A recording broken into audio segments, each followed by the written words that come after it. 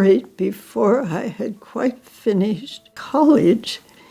We moved to Chicago, where I took my last semester at a small college where they had a course in social movements, and that fit very much with my husband's desire to help people in need. So that eventually became his way of practicing medicine.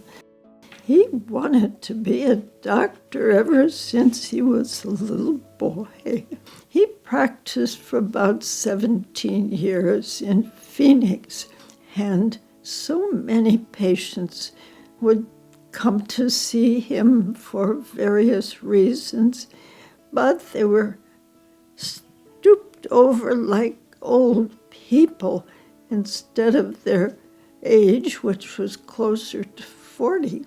He went to the fields and watched people working, saw that they were using a hoe about a foot and a half long, very heavy. They had to stoop over to thin the lettuce or do the weeding 10 hours a day, 6 or 7 days a week. Eventually, that affected their spines, and he realized that that hoe was the reason. But because of that problem, he worked to get that hoe banned. That was part of his duty as a doctor, to see if he could prevent a serious problem. When we decided to come to Tucson, I came with him, and at first I didn't work with him, but then after a couple of years, he wanted me to travel with him to the rural clinics where he worked part of the time and tend to paperwork and appointments and just share ideas for new programs.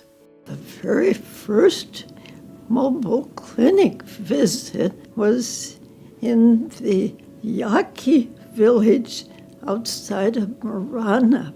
But when my husband offered to come in, they were very doubtful at first. The men were sort of protecting the women in that little compound of little houses. But he soon charmed them all, and they looked forward to his visits every 2 weeks. So we both got to travel to many places.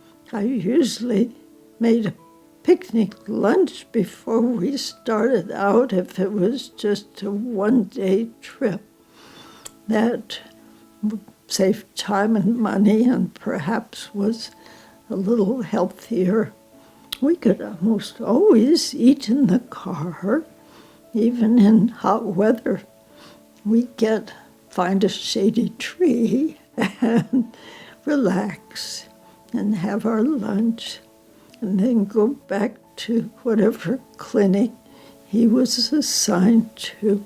We were very lucky with all of the Spanish influence here, and driving across the country, smelling the orange blossoms and looking at the Spanish street names.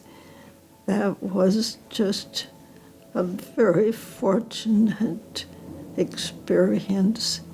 So I think maybe we were destined to come to Arizona.